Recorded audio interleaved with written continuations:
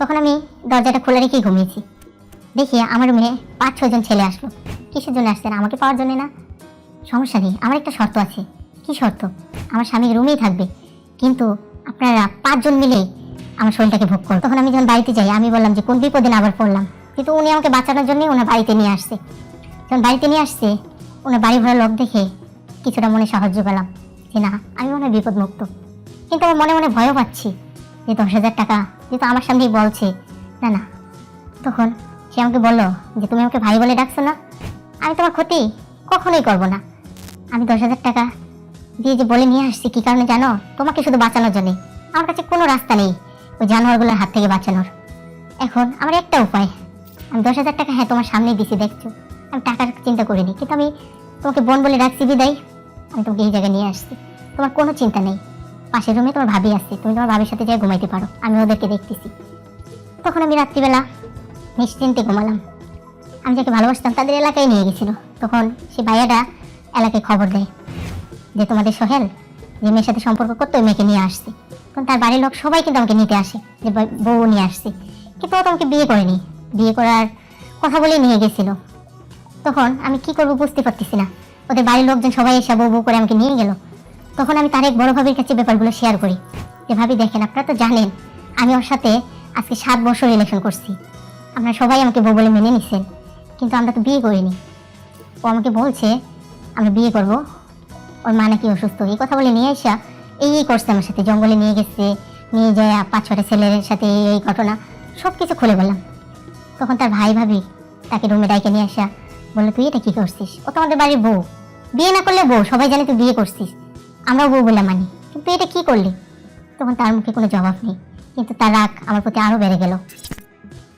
আস্তে আস্তে আমাকে আমার সাথে কথা বলে না, কারণ আমি যে ওই জায়গা থেকে আসবো আমিও নিরুপায়, আসতে পারি না, কারণ তাদের বাড়ির সবাই আমাকে আপন করে নিচ্ছে, আমি ওদেরকে ছেড়ে আসতে পারি না। তখন আমাদের বিয়ে পড়াই দেয়।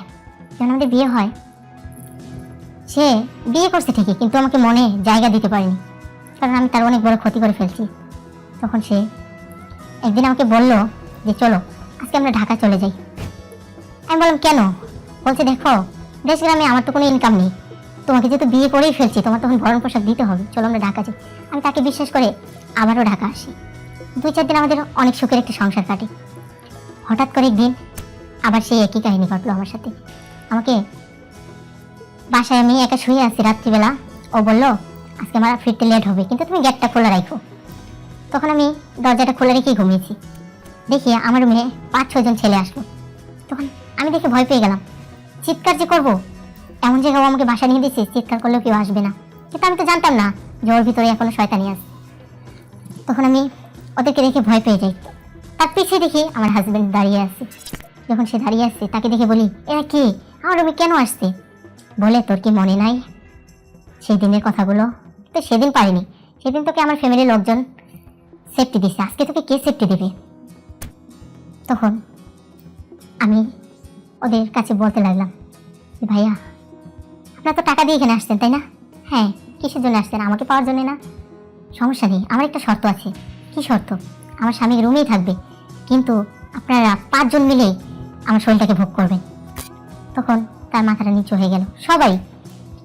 তখন একজন ভাইয়া বললো ও কি তোমার হাজব্যান্ড? আমি বললাম হ্যাঁ ও আমার হাজব্যান্ড। তখন বলো আমাদের কাছে বলছে যে মাল। আমি বললাম, আমি তখন বিয়ের কাবিননামাটা আমার সব দেখালাম, দেখেন আমি কিন্তু রিয়েলি ও আমার হাজব্যান্ড। যখন দেখলো তখন ওদের মাঝে কেমন দিন একটা আবেগ চলে আসলো। আবেগ আসার পরে তখন বললো, একটা ভাইয়া বললো কি রে সোহেল, তোর যেহেতু ঘরের বউ তুই ওর সাথে এটা কেন করতেছিস? ও কি খারাপ মেয়ে? কি সব ধরনের কাজ করে? বলেন না, তাহলে কেন তাকে এই জায়গাতে দাঁড় করাইছিস? তখন যার আন্ডারে আরও 4 জন আসছে উনি আমাকে বললো দেখ বোন, আমরা কিন্তু জানতাম না যে ও তোমার হাজব্যান্ড, ও আমাদের কাছে বলছে যে মাল আনছি, এই কথা বলে ও আমাদেরকে নিয়ে আসছে, যেহেতু তুমি সব কিছু খুলেই বললা তোমার কোনো ক্ষতি হবে না, আমরা সবাই মিলে তোমাকে সেফটি দিব, তোমার আর কিছু দরকার? আমি বলছি না ভাইয়া সমস্যা নেই, আমার স্বামী তো চায় আমার এই দেহটা আরও 10 জন দেখুক, দেখেন না আপনারা সবাই মিলে দেখেন, এই ধরেন আমি খুলে দিলাম। যখন আমি শাড়ির আঁচলটা মাটিতে ফালাই দেই তখন ওইখানকারই এক ভাইয়া আমার আঁচলটা তুলে আমার বুক ঢেকে দেয়, বলে বোন মেয়েদের ইজ্জত হলো সব কিছু, এভাবে তুমি তোমার ইজ্জতটাকে কেন বিলাই দেবা? আমি বললাম আমার স্বামী যেটা চায় সেটা আমার দিতে আপত্তি নেই, আমি আগে করছি হয়তো আপত্তি, এখন করি না, আপনার নেন সমস্যা নেই। তখন তারা বলল, না রে বোন, আমরা এটা চাই না, কারণ আমরা খারাপ হতে পারি, আমরা মেয়ে মানুষের কাছে যাই, কিন্তু আমরা এতটা খারাপ না। তখন তারা আমাকে নিয়ে তাদের বাড়িতে নিয়ে গেল। নিয়ে যাওয়ার পরে পরের দিন সকালে আমার স্বামীকে সবার মাঝে একটা মিটিং বসালো যে তোমার এসব কি। তখন আমার স্বামীর সাথে আমার ডিভোর্স করাবে ভাইয়ারা। তাদের বাড়িতেই আমি থাকি, তাদের বোন হিসেবে থাকি। ওরা আমার চাকরি একটা নিয়ে দেয়। আমি না অনেক ভালো আছি এখন, আমার স্বামীকে ডিভোর্স দিয়ে অনেক সুখে আসছি। কিন্তু আমি যে ভুলটা করছি, আমার মতো ভুল আপনারা কেউ করবেন না। কাউকে বিশ্বাস করে তার সাথে এত দূর চলার চেষ্টা করবেন না। আমার আপনাদের কাছে অনুরোধ যে আমার মতো ভুল করবেন না কেউ। আর যাদের স্বামী এমন হবে, আমি মনে করি আমার মতো ভুল দুইবার না করে যখন একবারই হয়ে যায়, তখনই তার কাছ থেকে সরে দাঁড়ান, দেখবেন ভালো থাকবেন।